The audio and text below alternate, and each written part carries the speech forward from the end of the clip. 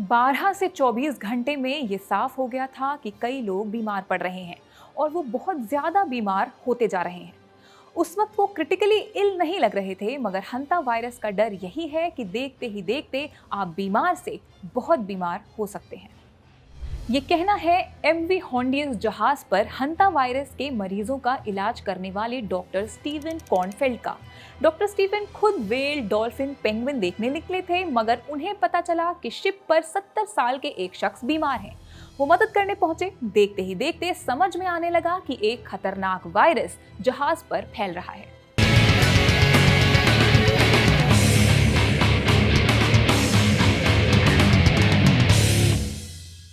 नमस्कार, मेरा नाम है शताक्षी अस्थाना और आप देख रहे हैं साइंसकारी। जनवरी 2020 आते आते कोरोना वायरस चीन, थाईलैंड, जापान से निकलकर अमेरिका तक दस्तक दे चुका था। कट टू 2024, 71 लाख से ज्यादा लोगों की जान कोविड ले चुका है। आंकड़ों का ये पहाड़ और भी ज्यादा बड़ा है और उतनी ही पुख्ता यादें कोविड काल की लोगों के जहन में हैं। शायद यही वजह है कि जब अटलांटिक महासागर में एक जहाज के अंदर हंता वायरस फैलता है तो WHO की बातों पर पहली बार में लोगों को यकीन नहीं होता। इस वायरल इन्फेक्शन के बारे में अभी तक आपको पता चल ही गया होगा। 10 मई तक 8 लोगों को उस जहाज में ये हंता वायरस इन्फेक्ट कर चुका था। 3 की जान भी चली गई। WHO का कहना है कि अभी और मामले सामने आ सकते हैं, लेकिन पब्लिक हेल्थ रिस्क लो है। पर दूध का जला तो छाछ भी फूंक कर ही पिएगा। साइंसकारी के इस एपिसोड में डिटेल में समझेंगे क्या है हंता वायरस, ये कैसे अटैक करता है, क्या ये कोविड जितना खतरनाक है, हमें इससे कितना सतर्क रहना है और क्या फ्यूचर में ये महामारी बन सकता है। हंता वायरस एक जूनोटिक वायरस है। जूनोटिक यानी जानवरों से इंसानों में जाने वाला। हंता वायरस के केस में ये जानवर होते हैं रोडेंट्स यानी चूहे टाइप के। कोरोना वायरस का सोर्स वैसे अभी तक डेफिनेटली नहीं पता है कि चमगादड़ से आया था या कहां से आया था, मगर जनरल कंसेंसस यही है कि वो भी किसी जानवर से निकलकर इंसानों में एंटर कर गया। अच्छा, कोविड-19 को नोवेल कोरोना वायरस कहा जाता है। आपने शब्द सुना होगा, नोवेल मतलब कोरोना वायरस का जो स्ट्रेन SARS-CoV-2 फैल रहा था वो नया था, अनदेखा, अनसुना। मगर हंता वायरस का जो स्ट्रेन एंडीज चर्चा में है वो नया नहीं है। 1995 में ये अर्जेंटीना में सबसे पहले आइडेंटिफाई किया गया था और ये एक ऐसा स्ट्रेन है जो इंसान से इंसान के बीच में फैलता है। बेसिकली हंता वायरस को एक परिवार मान लीजिए जो ज्यादा किसी से इंटरेक्ट नहीं करता, अपने इलाके में रहता है, रोडेंट्स के बीच में। मगर एंडीज उनका एकदम व्यवहारी टाइप का बच्चा है जो रोडेंट्स तक लिमिटेड नहीं रहता, वो सबको जाकर हाय हेलो करता रहता है और इस चक्कर में सामने वाले को बीमार कर देता है। तब भी ये कोरोना जितना तो नहीं ही फैलता है। कोई भी वायरस हो, इन्फेक्ट करने का बेसिक मैकेनिज्म लगभग सेम है। वायरस को रेप्लिकेट करने के लिए एक स्पेसिफिक होस्ट चाहिए होता है। जैसे आपके फोन का चार्जर, सी टाइप चार्जर में आईफोन नहीं लगा सकते। वायरस में भी एक पिन जैसी होती है, स्पाइक प्रोटीन कॉम्प्लेक्स। हंता वायरस में यहाँ ग्लाइकोप्रोटीन की चेन होती है और वो भी एक खास ग्रिड पैटर्न में। ग्लाइकोप्रोटीन यानी प्रोटीन के साथ में कार्बोहाइड्रेट चिपका होता है। जो होस्ट होता है उसके सेल्स में कुछ रिसेप्टर्स होते हैं।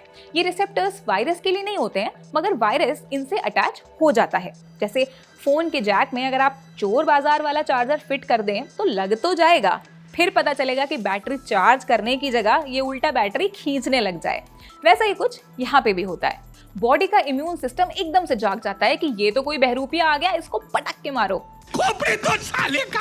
कोरोना वायरस आकर चिपकता था ACE2 रिसेप्टर्स के साथ। हंता वायरस चिपकता है बीटा इंटीग्रिन्स रिसेप्टर्स में। ये है सबसे बड़ा सवाल, कोविड के कंपैरिजन में हंता वायरस कितना डेंजर है। ये कैसे पता चलेगा? 2 चीजें होती हैं। वायरस कितनी आसानी से एक इंसान से दूसरे में फैल रहा है, यानी कितना कंटेजियस है, और दूसरा इससे मौत का कितना खतरा है, यानी कितनी फेटेलिटी है। जरूरी नहीं है कि वायरस घातक हो तो पैंडेमिक भी बने। अफ्रीका में इबोला हो या भारत में निपाह वायरस, ये बेहद डेंजरस होते हैं, यानी इन्फेक्शन के बाद बचना मुश्किल हो जाता है, पर ये महामारी में तब्दील होते नहीं देखे गए हैं। कोविड पैंडेमिक बना, मगर उसका फेटेलिटी रेट 1 से 2% था, यानी फैला ज्यादा पर मौत कंपैरेटिवली कम हुई। हाँ, वो फैल बहुत स्पीड में रहा था। हाथ मिलाना तो दूर की बात है, 2 हाथ की दूरी पर रहना पड़ रहा था। क्यों? क्योंकि एक इंसान से दूसरे में कोरोना वायरस का फैलना बहुत आसान होता है। हंता वायरस के साथ ऐसा नहीं है। सबसे पहले तो ये तभी फैलता है जब वो चूहा फैमिली के जानवरों से डायरेक्ट कांटेक्ट हो। डायरेक्ट कांटेक्ट का मतलब वो एकदम पास में कहीं पल रहे हो, उनकी गंदगी, एक्सक्रीटा वगैरह फैला हो, उसको अगर कोई साफ करने जाए तो उस तरह का क्लोज कांटेक्ट अगर हो तो हंता वायरस के होने की पॉसिबिलिटी बढ़ जाती है। और इसके बाद में भी एक इंसान से दूसरे में फैलने वाले वायरस का स्ट्रेन एंडीज ही है, वो मोस्टली साउथ अमेरिकी देशों में मिलता है। इस बार भी जिस डच कपल को उस क्रूज पर सबसे पहले इन्फेक्शन का पता चला था, वो लोग दक्षिण अमेरिकी देश घूम कर आए थे। हंता वायरस इन्फेक्टेड शख्स के एकदम करीब रहने पर हो सकता है, जैसे एक घर में रहने वाले लोग हों या कोई ऐसा इंसान जो इन्फेक्टेड शख्स के बॉडीली फ्लूइड से एक्सपोज्ड हो, बहुत वक्त तक इन्फेक्टेड इंसान के आसपास रह रहा हो, यानी जैसा इस केस में एक जहाज है, क्लोज्ड स्पेस है। शायद इसीलिए यहाँ अब तक इतने केस मिल चुके हैं और अभी और भी केसेस मिलने का डर बना हुआ है। कोरोना तो ऑलमोस्ट हवा में ही था कि कोई पड़ोस से निकल भी गया तो भी पकड़ सकता है। मतलब अगर ड्रॉपलेट्स एक्सचेंज हो जाएं, तो इसके पीछे एक वजह ये भी थी कि कोरोना वायरस रेस्पिरेटरी ट्रैक्ट में ऊपर की तरफ रेप्लिकेट करता था, तो खांसी आते ही शरीर से बाहर आ जाता था और फैलने लग जाता था। हंता वायरस इतना ऊपर सर्वाइव नहीं कर पाता है, खासकर जो एंडीज वाला स्ट्रेन है वो इंसानों में सर्वाइव तो करता है लेकिन इतना ऊपर नहीं कर पाता है और इसलिए इंसानों में फैलना मुश्किल हो जाता है। यह भी साइंटिस्ट समझ नहीं पाए हैं कि यही स्ट्रेन क्यों फैलता है। कई सारी थ्योरीज हैं, जैसे बाकी सारे स्ट्रेन्स के कंपैरिजन में ये इंसान के सलाइवा में सर्वाइव कर पाता है, बाकी सारे स्ट्रेन्स नहीं कर पाते हैं। बाकी सारे स्ट्रेन्स रोडेंट्स में ही जिंदा रह पाते हैं। अब इस वायरस के असली होस्ट तो रोडेंट्स ही हैं, इंसान तो है नहीं, इसलिए इंसान जैसे ही इनकी चपेट में आता है तो बॉडी झेल नहीं पाती है। अच्छा, कोरोना में जैसे आमतौर पर नॉर्मल सर्दी खांसी में होता है वैसे ही सिम्टम्स दिखते थे। बुखार आता था, निमोनिया पकड़ लेता था और फिर यही निमोनिया जानलेवा हो जाता था। हंता वायरस में थोड़ा ज्यादा सीरियस मामला हो जाता है और ये भी अलग अलग जगहों पर अलग अलग तरीके से असर करता है। जैसे अमेरिका में ये दिल और फेफड़ों पर असर करता है और यूरोप और एशिया में किडनी और ब्लड वेसल्स पर। वायरस ब्लड वेसल्स के एंडोथेलियल सेल्स से जाकर बाइंड हो जाता है, तो हमारे इम्यून सिस्टम के कान खड़े हो जाते हैं। Endothelial cells basically blood vessels जैसे आर्टरीज, वेन्स, कैपिलरीज, उनकी अंदरूनी वाली परत होती है। वायरस का अटैक ब्लड वेसल्स को लीकी कर देता है, यानी कि इनके अंदर से फ्लूइड बहकर फेफड़ों में आने लग जाता है। अब फेफड़ों में जब पानी भर जाएगा तो ऑक्सीजन कहाँ जाएगी? ऑक्सीजन का लंग्स के अंदर अमाउंट कम होने लग जाता है और इससे कॉम्प्लिकेशंस बढ़ने लगती हैं। इस तरीके से ये वायरस फेफड़ों को शिकार बनाता है, इम्यून सिस्टम को एकदम ओवरड्राइव में भेज देता है। वायरस से एक्सपोजर के बाद सिम्टम्स डेवलप होने में करीब 1 महीना 40 दिन तक लग सकते हैं, मगर एक बार ये हो गया फिर ये बहुत तेजी से प्रोग्रेस करता है। इनफैक्ट अमेरिका में इसकी वजह से 40 से 50% तक मरीजों की जान जाने का खतरा हो सकता है, अभी तक के डेटा में ये देखा गया है। यूरोप और एशिया में ये थोड़ा कम होता है। वायरस की वजह से फैटालिटी रेट 1 से 15% तक रह सकता है। इस पूरी बात का लबोलुआब ये है कि हंता वायरस के मामले कम जरूर होते हैं, मगर जो होते हैं वो बहुत खतरनाक होते हैं। कोरोना इन्फेक्शन के बहुत सारे केसेस माइल्ड थे, एक बड़ा प्रोपोर्शन केसेस का नॉन फेटल था। हाँ, बाद में म्यूटेशन जरूर होने लगा और कई जो नए वेरिएंट्स बन रहे थे वो और ज्यादा खतरनाक साबित होने लगे। चक्कर ये है कि हंता वायरस के शुरुआती सिम्टम्स भी वही होते हैं, फ्लू जैसे। तो जिन लोगों की जान गई है उनके केस में ये देखा गया कि वायरस डिटेक्ट ही देर से हुआ, इसलिए उनको बचाना मुश्किल हो गया।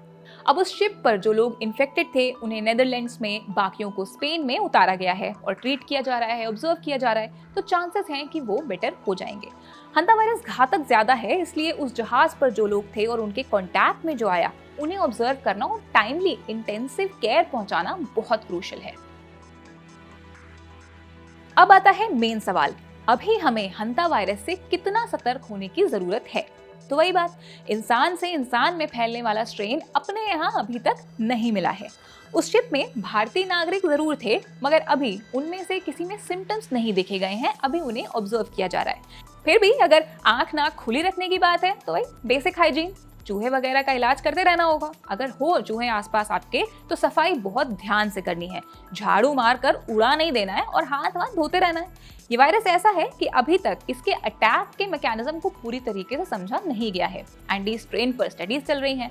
फिलहाल इसका कोई पुख्ता इलाज या वैक्सीन अभी मिला नहीं है, अभी खोजा जा रहा है। एक बात और, क्लाइमेट चेंज की वजह से जानवरों के बिहेवियर में जो चेंजेस आ रहे हैं, साइंटिस्ट उनको देखते हुए अभी खुद भी अलर्ट हैं। अंग्रेजी अखबार द गार्जियन ने बायोलॉजिस्ट डॉक्टर राउल गोंजालेस को कोट करते हुए लिखा है कि ग्लोबल क्लाइमेट चेंज सब चेंज कर रहा है, तो हो सकता है हंता वायरस ऐसी जगहों पर मिलने लगे जहां पहले नहीं पहुंचा था।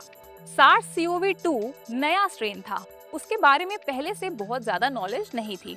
धीरे धीरे लैब में उसको डिटेक्ट किया गया, आइडेंटिफाई किया गया, नॉलेज का बेस बढ़ा। फिर मार्च 2020 आते आते ग्लोबल पैंडेमिक करार दे दिया गया।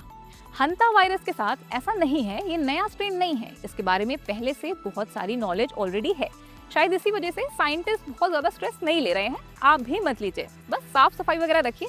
बाकी ये एपिसोड आपको कैसा लगा हमें कमेंट्स में बताइएगा। हम मिलेंगे अगले हफ्ते। बाय।